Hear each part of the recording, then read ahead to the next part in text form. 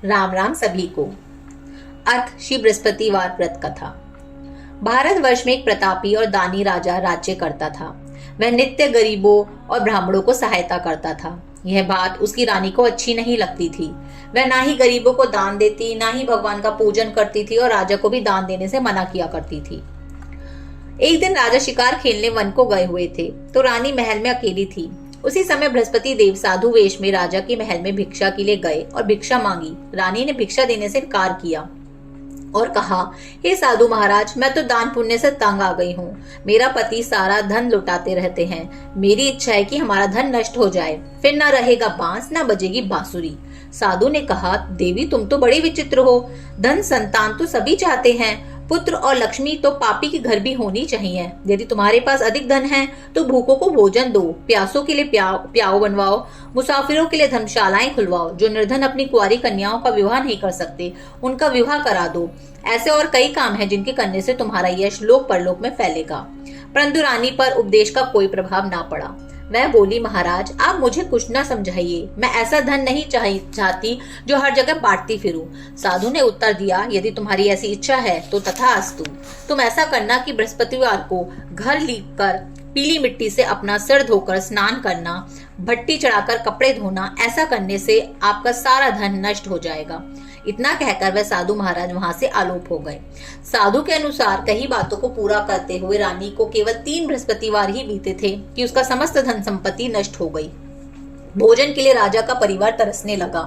तब एक दिन राजा ने रानी से बोला कि हे रानी, तुम यहीं रहो, मैं दूसरे देश को जाता हूँ, क्योंकि यहाँ पर सभी लोग मुझे जानते हैं, इसलिए मैं कुछ छोटा कार्य नहीं कर सकता। ऐसा कहकर राजा परदेश चला गया। वहां वह जंगल से लकड़ी काट कर लाता और शहर में बेचता। इस तरह वह अपना जीवन व्यतीत करने लगा। इधर राजा के प्रदेश जाते ही रानी और दासी दुखी रहने लगी। एक बार जब रानी और दासी को 7 दिनों तक बिना भोजन के रहना पड़ा तो रानी ने अपनी दासी से कहा, हे दासी, पास ही के नगर में मेरी बहन रहती है, वह बड़ी धनवान है, तो उसके पास जा और कुछ ले आ ताकि थोड़ी बहुत गुजर बसर हो जाए। दासी रानी की बहन के पास गई। उस दिन गुरुवार का दिन था और रानी की बहन उस समय बृहस्पतिवार व्रत की कथा सुन रही थी। दासी ने रानी की बहन को अपनी रानी का संदेश दिया, लेकिन रानी की बड़ी बहन ने कोई उत्तर नहीं दिया। जब दासी को रानी की बहन ने कोई उत्तर नहीं दिया तो वह बहुत दुखी हुई और उसे क्रोध भी आया। दासी ने वापस आकर रानी को सारी बात बता दी। सुनकर रानी ने अपने भाग्य को कोसा। उधर रानी की बहन ने सोचा कि मेरी बहन की दासी आई थी परंतु मुझसे नहीं बोली, इससे वह बहुत दुखी हुई होगी। कथा सुनकर और पूजन समाप्त करके वह अपनी बहन के घर आई और कहने लगी, हे बहन, मैं बृहस्पतिवार का व्रत कर रही थी। तुम्हारी दासी मेरे घर आई थी, परंतु जब तक कथा होती है तब तक ना तो उठते हैं और ना ही बोलते हैं, इसलिए मैं नहीं बोली। कहो दासी क्यों गई थी? रानी बोली, बहन तुमसे क्या छिपाऊं, हमारे घर में खाने तक को अनाज नहीं था। ऐसा कहते कहते रानी की आंखें भर आईं। उसने दासी समेत पिछले 7 दिनों से भूखे रहने तक की बात अपनी बहन को विस्तार पूर्वक सुना दी। रानी की बहन बोली, देखो बहन, भगवान बृहस्पति देव सबकी मनोकामना पूर्ण करते हैं। देखो शायद तुम्हारे घर में अनाज रखा हो। पहले तो रानी को विश्वास नहीं हुआ, पर बहन के आग्रह करने पर उसने अपनी दासी को अंदर भेजा तो उसे सचमुच अनाज से भरा एक घड़ा मिल गया। यह देखकर दासी को बड़ी हैरानी हुई। दासी रानी से कहने लगी, हे रानी, जब हमको भोजन नहीं मिलता था तो हम व्रत भी तो करते थे, इसलिए क्यों ना इनसे व्रत और कथा की विधि पूछ ली जाए ताकि हम भी व्रत कर सके। तब रानी ने अपनी बहन से बृहस्पतिवार व्रत के बारे में पूछा। उसकी बहन ने बताया, बृहस्पतिवार के व्रत में चने का दाल, मुनक्का से विष्णु भगवान का केले की जड़ में पूजन करे तथा दीपक जलाए, व्रत कथा सुने और पीला भोजन ही करे, इससे बृहस्पति देव प्रसन्न होते हैं। व्रत और पूजन विधि बताकर रानी की बहन अपने घर को लौट गई। 7 दिन के बाद जब गुरुवार आया तो रानी और दासी ने व्रत रखा। गुड़साल में जाकर चना गुड़ लेकर आई। फिर उसने केले की जड़ तथा विष्णु भगवान का पूजन किया। अब पीला भोजन कहाँ से आए, इस बात को लेकर दोनों बहुत दुखी थे। चूंकि उन्होंने व्रत रखा था इसलिए बृहस्पति देव उनसे प्रसन्न थे, इसलिए एक साधारण व्यक्ति का रूप धारण कर 2 थालों में सुंदर पीला भोजन दासी को दे गए। भोजन पाकर दासी प्रसन्न हुई और फिर रानी के साथ मिलकर भोजन ग्रहण किया। उसके बाद वह सभी गुरुवार को व्रत पूजन करने लगे। बृहस्पति भगवान की कृपा से उनके पास फिर से धन संपत्ति आ गई, परंतु रानी फिर से पहले की तरह आलस्य करने लगी। तब दासी बोली, देखो रानी, तुम पहले भी इस प्रकार आलस्य करती थी, तुम्हें धन रखने में कष्ट होता था, इसी कारण सभी धन नष्ट हो गया, और अब जब भगवान बृहस्पति की कृपा से धन मिला है तो तुम्हें फिर से आलस्य होता है। रानी को समझाते हुए दासी कहती है कि बड़ी मुसीबतों के बाद हमने यह धन पाया है, इसलिए हमें दान पुण्य करना चाहिए। भूखे मनुष्य को भोजन कराना चाहिए और धन को शुभ कार्यों में खर्च करना चाहिए, जिससे तुम्हारे कुल का यश बढ़ेगा, स्वर्ग की प्राप्ति होगी और पितृ प्रसन्न होंगे। दासी की बात मानकर रानी अपना धन शुभ कार्यों में खर्च करने लगी, जिससे पूरे नगर में उसका यश फैलने लगा। बृहस्पतिवार व्रत कथा के बाद एक दिन राजा दुखी होकर जंगल में एक पेड़ के नीचे आसन जमाकर बैठ गया। वह अपनी दशा को याद करके व्याकुल होने लगा। बृहस्पतिवार का दिन था। एकाएक उसने देखा कि निर्जन वन में एक साधु प्रकट हुए। वह साधु वेश में स्वयं बृहस्पति देवता थे। लकड़हारे के सामने आकर बोले, हे लकड़हारे, इस सुनसान जंगल में तू चिंतामग्न क्यों बैठा है? लकड़हारे ने दोनों हाथ जोड़कर प्रणाम किया और उत्तर दिया, महात्मा जी, आप सब कुछ जानते हैं, मैं क्या कहूँ। यह कहकर रोने लगा और साधु की अपनी आत्मकथा सुनाई। महात्मा जी ने कहा, तुम्हारी स्त्री ने बृहस्पति के दिन बृहस्पति भगवान का निरादर किया है, जिसके कारण रुष्ट होकर उन्होंने तुम्हारी यह दशा कर दी है। अब तुम चिंता को दूर करके मेरे कहने पर चलो तो तुम्हारे सब कष्ट दूर हो जाएंगे और भगवान पहले से भी अधिक संपत्ति देंगे। तुम बृहस्पति के दिन कथा किया करो। 2 पैसे के चने मुनक्का लाकर उसका प्रसाद बनाओ और शुद्ध जल से लोटे में शक्कर मिलाकर अमृत तैयार करो। कथा के पश्चात अपने सारे परिवार सुनने वाले प्रेमियों में अमृत व प्रसाद बांटकर आप भी ग्रहण करो। ऐसा करने से भगवान तुम्हारी सब मनोकामना पूरी करेंगे। साधु के ऐसे वचन सुनकर लकड़हारा बोला, हे प्रभु, मुझे लकड़ी बेचकर इतना पैसा नहीं मिलता जिससे भोजन के उपरांत कुछ बचा सकूं। मैंने रात्रि में अपनी स्त्री को व्याकुल देखा है। मेरे पास कुछ भी नहीं है जिससे मैं उसकी खबर मंगा सकूं। साधु ने कहा, हे लकड़हारी, तुम किसी बात की चिंता मत करो। बृहस्पति के दिन तुम रोजाना की तरह लकड़ियां लेकर शहर को जाओ। तुमको रोज से दुगना धन प्राप्त होगा, जिससे तुम भली भांति भोजन कर लोगे तथा बृहस्पति देव की पूजा का सामान भी आ जाएगा। बृहस्पति देव की कथा इस प्रकार है, तुम ध्यानपूर्वक सुनो। प्राचीन काल में एक ब्राह्मण रहता था। वह बहुत निर्धन था। उसके कोई संतान नहीं थी। उसकी स्त्री बहुत मलिनता के साथ रहती थी। वह स्नान ना करती, किसी देवता का पूजन ना करती। इससे ब्राह्मण देवता बड़े दुखी थे। बेचारे कुछ कहते थे, किंतु उसका कुछ परिणाम ना निकला। भगवान की कृपा से ब्राह्मण की स्त्री की कन्या रूपी रत्न पैदा हुआ। कन्या बड़ी होने पर प्रातः स्नान करके विष्णु भगवान का जाप व बृहस्पतिवार का व्रत करने लगी। अपने पूजन पाठ को समाप्त करके विद्यालय जाती तो अपनी मुट्ठी में जौ भर के ले जाती और पाठशाला के मार्ग में डालती जाती। जब ये जौ स्वर्ण के जौ जाते, लौटते समय उनको बीनकर घर ले आती थी। एक दिन वह बालिका सूप में उस सोने के जौ को फटक कर साफ कर रही थी कि उसके पिता ने देख लिया और कहा, हे बेटी, सोने के जौ के लिए सोने का सूप होना चाहिए। दूसरे दिन बृहस्पतिवार था। इस कन्या ने व्रत रखा और बृहस्पति देव से प्रार्थना करके कहा, मैंने आपकी पूजा सच्चे मन से की है, तो मेरे लिए सोने का सूप दे दो। बृहस्पति देव जी ने उसकी प्रार्थना को स्वीकार कर लिया। रोजाना की तरह वह कन्या जौ फैलाती हुई जाने लगी। जब लौटकर जौ बीन रही थी तो बृहस्पति देव की कृपा से सोने का सूप मिला। उसे वह घर ले आई और उसमें जौ साफ करने लगी, परंतु उसकी माँ का वही ढंग रहा। एक दिन की बात है, वह कन्या सोने के सूप में जौ साफ कर रही थी। उस समय उस शहर का राजपुत्र वहां से होकर निकला। इस कन्या के रूप और कार्य को देखकर मोहित हो गया तथा अपने घर आकर भोजन तथा जल त्याग कर उदास होकर लेट गया। राजा को इस बात का पता लगा तो उसने प्रधानमंत्री के साथ उसके पास गए और बोले, हे बेटा, तुम्हें किस बात का कष्ट है? किसी ने अपमान किया है अथवा और कारण हो तो मुझसे कहो, मैं वही कार्य करूंगा जिससे तुम्हें प्रसन्नता हो। अपने पिता की राजकुमार ने बातें सुनी तो वह बोला, मुझे आपकी कृपा से किसी बात का दुख नहीं है, ना किसी ने मेरा अपमान किया है, परंतु मैं उस लड़की से विवाह करना चाहता हूँ जो सोने के सूप में जौ साफ कर रही थी। यह सुनकर राजा आश्चर्य में पड़ा और बोला, हे बेटा, इस तरह की कन्या का पता तुम ही लगाओ। मैं उसके साथ तेरा विवाह अवश्य ही करवा दूंगा। राजकुमार ने उस लड़की के घर का पता बताया। तब मंत्री उस लड़की के घर गए और ब्राह्मण देवता को सभी हाल बतलाया। ब्राह्मण देवता राजकुमार के साथ अपनी कन्या का विवाह करने के लिए तैयार हो गए तथा विधि विधान के अनुसार ब्राह्मण की कन्या का विवाह राजकुमार के साथ हो गया। कन्या के घर से जाते ही पहले की भांति उस ब्राह्मण देवता के घर में गरीबी का निवास हो गया। अब भोजन के लिए भी अन्न बड़ी मुश्किल से मिलता था। एक दिन दुखी होकर ब्राह्मण देवता अपनी पुत्री के पास गए।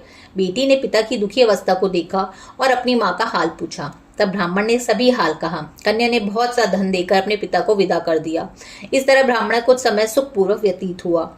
कुछ दिन बाद वही हाल हो गया। ब्राह्मण फिर अपनी कन्या के यहाँ गया और सारा हाल कहा तो लड़की बोली, हे पिताजी, आप माताजी को यहाँ ले आओ, मैं उसे विधि बता दूंगी जिससे गरीबी दूर हो जाए। वह ब्राह्मण देवता अपनी स्त्री को साथ लेकर पहुंचे तो अपनी माँ को समझाने लगी, हे माँ, तुम प्रातःकाल प्रथम स्नान आदि करके विष्णु भगवान का पूजन करो और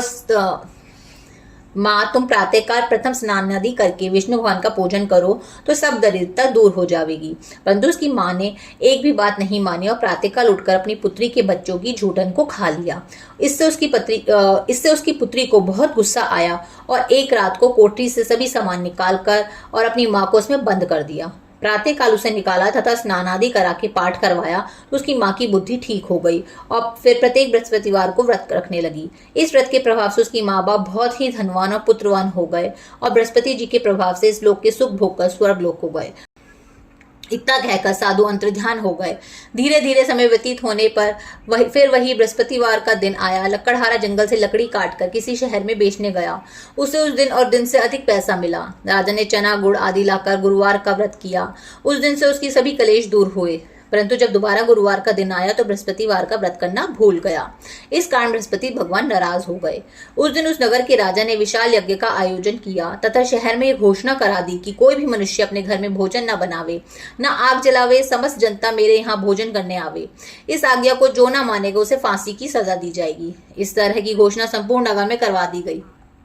राजा की आज्ञा अनुसार शहर के सभी लोग भोजन करने लगे, लेकिन लकड़हारा कुछ देर से पहुंचा, इसलिए राजा उसको अपने साथ घर ले आया और ले जाकर भोजन करा रहे थे तो रानी की दृष्टि उस खूंटी पर पड़ी जिस पर उसका हार लटका हुआ था। वह वहां पर दिखाई नहीं दिया। रानी ने निश्चय किया कि मेरा हार इस मनुष्य ने चुरा लिया है। उसी समय सिपाहियों को बुलाकर उसको कारागार में डलवा दिया। जब लकड़हारा कारागार में पड़ गया और बहुत दुखी होकर विचार करने लगा कि न जाने कौन से पूर्व जन्म के कर्म से मुझे यह दुख प्राप्त हुआ है, और उसी साधु को याद करने लगा जो कि जंगल में मिला था। उसी समय तत्काल बृहस्पति देव साधु के रूप में प्रकट हुए और उसकी दशा को देखकर कहने लगे, अरे मूर्ख, तूने बृहस्पति देव की कथा नहीं करी, इस कारण तुझे दुख प्राप्त हुआ। अब चिंता मत कर, बृहस्पतिवार के दिन कारागार के दरवाजे पर 4 पैसे पड़े मिलेंगे, उनसे तो बृहस्पति देव की पूजा करना, तेरे सभी कष्ट दूर हो जाएंगे। बृहस्पति के दिन उसे 4 पैसे मिले। लकड़हारे ने कथा कही। उसी रात्रि को बृहस्पति देव ने उस नगर के राजा को स्वप्न में कहा, हे राजा, तुमने जिस आदमी को कारागार में बंद कर दिया है वह निर्दोष है, वह राजा है, उसे छोड़ देना। रानी का हार उसी खूंटी पर लटका है। अगर तू ऐसा नहीं करेगा तो मैं तेरे राज्य को नष्ट कर दूंगा। इस तरह रात्रि के स्वप्न को देखकर राजा प्रातःकाल उठा और खूंटी पर हार देखकर लकड़हारे को बुलाकर क्षमा मांगी और लकड़हारे को योग्य सुंदर वस्त्र आभूषण देकर विदा कर दिया। बृहस्पति देव की आज्ञा अनुसार लकड़हारा अपने नगर को चल दिया। राजा जब अपने नगर के निकट पहुंचा तो उसे बड़ा आश्चर्य हुआ। नगर में पहले से अधिक बाग, तालाब, कुएं तथा बहुत सी धर्मशालाएं, मंदिर आदि बन गई हैं। राजा ने पूछा, ये किसका बाग और धर्मशाला है? तब नगर के सब लोग कहने लगे, ये सब रानी और बांदी के हैं। तो राजा को आश्चर्य हुआ और गुस्सा भी आया। जब रानी ने खबर सुनी कि राजा आ रहे हैं तो उन्होंने बांदी से कहा कि हे दासी, देख राजा हमको कितनी बुरी हालत में छोड़ गए थे। हमारी ऐसी हालत देखकर वह लौट न जाए, इसलिए तू दरवाजे पर खड़ी हो जा। आज्ञा अनुसार दासी दरवाजे पर खड़ी हो गई। राजा आए तो उन्हें अपने साथ ले आई। तब राजा ने क्रोध करके अपनी रानी से पूछा कि यह धन तुम्हें कैसे प्राप्त हुआ? तब उन्होंने कहा, हमें यह सब धन बृहस्पति देव के इस व्रत के प्रभाव से प्राप्त हुआ है। राजा ने निश्चय किया कि 7 रोज बाद तो सभी बृहस्पति देव का पूजन करते हैं, परंतु मैं प्रतिदिन दिन में 3 बार कहानी तथा रोज व्रत किया करूंगा। अब हर समय राजा के दुपट्टे में चने की दाल बंधी रहती थी तथा दिन में 3 बार कहानी कहता। एक रोज राजा ने विचार किया कि चलो अपनी बहन के यहाँ हो आए। इस तरह निश्चय कर राजा घोड़े पर सवार हो अपनी बहन के यहाँ को चलने लगा।